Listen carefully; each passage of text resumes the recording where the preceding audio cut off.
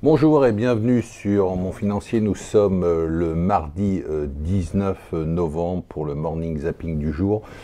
Et on commence par un sujet qui m'énerve vraiment, c'est la réforme des retraites, ou plutôt l'absence de réforme des retraites. On sait qu'à partir du 5 décembre, ça va être la cavalcade. Delevoye dit qu'on est dans le renoncement.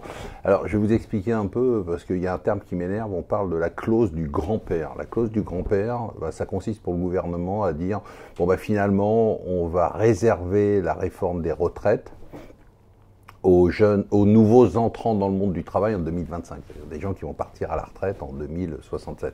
Autant dire qu'on reporte ça au calendrier grec, c'est un manque de courage. Alors le terme de grand-père, ça me touche pas, je suis pas grand-père, mais le terme de grand-père qui finalement est un terme pour dire plutôt le lâche, puisqu'on recule devant l'obstacle. Et l'obstacle, il est là. On a eu les chiffres du comité d'orientation des retraites.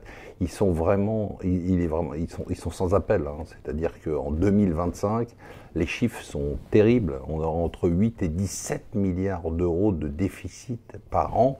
8 et 17 milliards d'euros de déficit. Donc ça veut dire qu'on sera au-dessus de 11 ou 12 milliards si on ne fait rien. Donc il faut avancer, nous on vous le dit depuis longtemps, donc vous ne pourrez pas dire qu'on ne vous a pas prévenu, vous allez travailler plus longtemps, vous allez avoir des retraites qui vont baisser de façon drastique, surtout pour les classes moyennes supérieures, pour qui il n'y aura presque plus de retraite par répartition, mais on sera dans la retraite par capitalisation, et ensuite vous allez devoir cotiser plus, là encore, surtout les classes moyennes supérieures. Retenez-moi où je vais témoigner, c'est Donald Trump qui répond à Nancy Pelosi. Nancy Pelosi, c'est la patronne démocrate des représentants, de la Chambre des représentants, qui dit à Donald Trump, t'es même pas capable de venir témoigner devant la commission qui s'occupe de ton dossier, et Donald Trump répond, moi je suis cap. La guerre des bourses, c'est la bourse de Madrid là, qui est en jeu.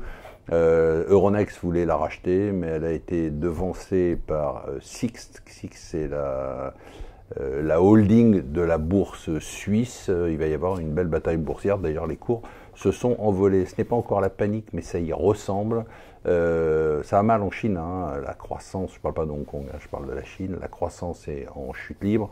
On attend des chiffres de croissance de 5,8% l'année prochaine, si on considère que les chiffres sont vrais, et ils sont faux, donc ce sera beaucoup moins que ça en réalité.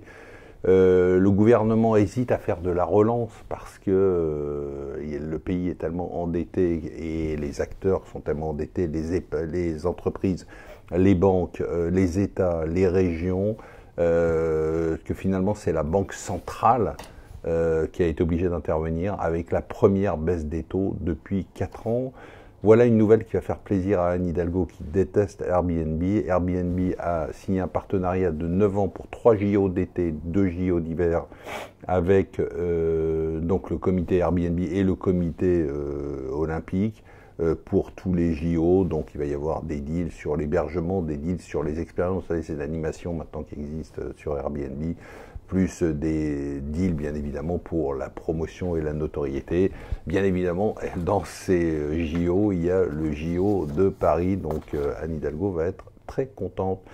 C'est assez drôle, le titre dans les Échos, comment les banques européennes préparent la riposte face aux GAFA. On imagine la panique des GAFA. Et enfin, le carton du jour, c'est pas la Française des Jeux, c'est Alibaba. Alibaba qui fait son introduction, sa deuxième introduction en bourse à Hong Kong, après avoir été introduit à New York, mais sur le marché 13 milliards de dollars d'actions, est obligé d'arrêter la commercialisation de ces actions parce que la demande est trop forte, et c'est déjà très largement sursouscrit. Au fait, la première cotation de la Française des Jeux, c'est le 21 novembre. On espère d'ici là, comme on vous l'a dit hier, que le gouvernement ne fera pas le mauvais choix de donner un prix pour l'action de la Française des Jeux tout en haut de la fourchette. Voilà, je vous souhaite une excellente journée.